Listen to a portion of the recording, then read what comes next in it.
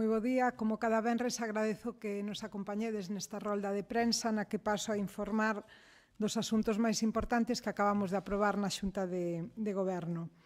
E hoxe aprobamos unha nova actuación para continuar mellorando a rede de estradas provincial, en este caso na Mariña e o seu paso polo Concello de Cervo.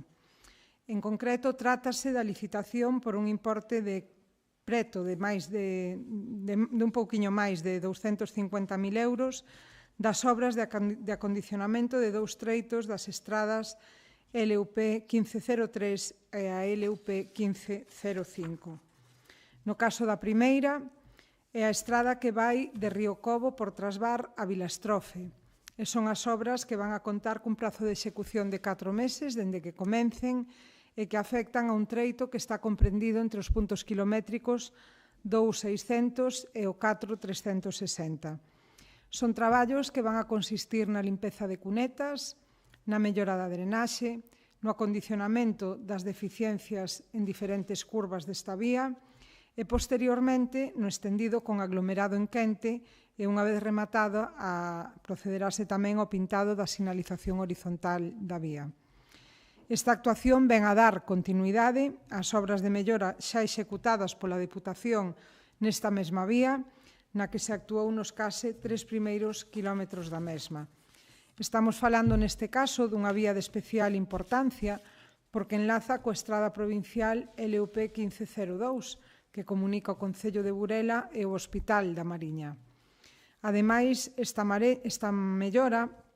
permitirá dar un servicio máis seguro, pero tamén máis cómodo para os veciños e veciñas de Trasbar e de Castelo, pero tamén de outras parroquias da zona que se ven beneficiadas por esta actuación, xa que esta vía comunica cos campos de fútbol da Granda, en Rúa, e o de Chá, en Vilastrofe, así como co Miradoiro de Monte Castelo, que é un dos atractivos turísticos da comarca da Mariña. Polo tanto, unha vía que dá múltiples servizos e, sobre todo, beneficia unha parte importante da poboación da Mariña.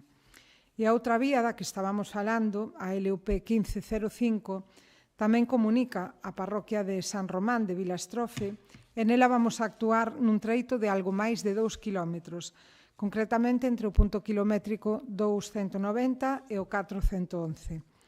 Esta é a estrada que une o núcleo urbano coa estrada nacional 642, pasando por Sargadelos, e ata chegar a Vilastrofe, polo que se trata tamén dunha actuación relevante para mellorar a mobilidade neste municipio. Os traballos, neste caso, que se van a levar a cabo, van a ser similares ao que vos acabo de describir no anterior, o acondicionamento das cunetas, tamén os elementos de drenaxe para facilitar a evacuación da auga e melloras puntuais do trazado en diferentes curvas, reforzando ao final o firme da vía e renovando a sinalización horizontal. E cambiando xa de tema, aprobamos hoxe tamén un acordo importante co Concello de Ourol para mellorar a accesibilidade na Casa da Cultura deste municipio mariñá. A actuación vai a permitir eliminar barreiras arquitectónicas e converter este equipamento público nun espazo máis accesible, funcional e adaptado ás necesidades dos veciños e veciñas de Ourol, garantindo así que todas as persoas poidan participar nas actividades culturais e sociais que se desenvolven nese centro cultural. Esta colaboración responde, como noutras ocasións, ao compromiso que temos dende a institución provincial, dende a Deputación Provincial, coa cooperación cos concellos e coa creación de espazos públicos máis inclusivos, especialmente para as persoas que teñen mobilidade reducida ou necesidades específicas. En este caso, a Casa da Cultura de Ourol é unha infraestructura fundamental para a vida sociocultural dos veciños e veciñas de Ourol, un punto de encontro para o tecido asociativo e para o desenvolvemento tamén de actividades dirixidas ao conxunto da veciñanza.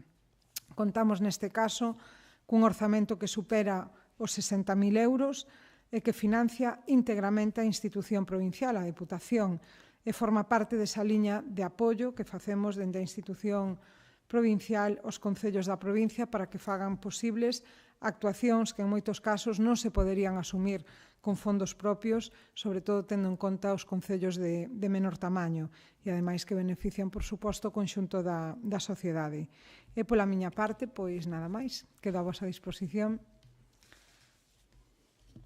Non hai preguntas.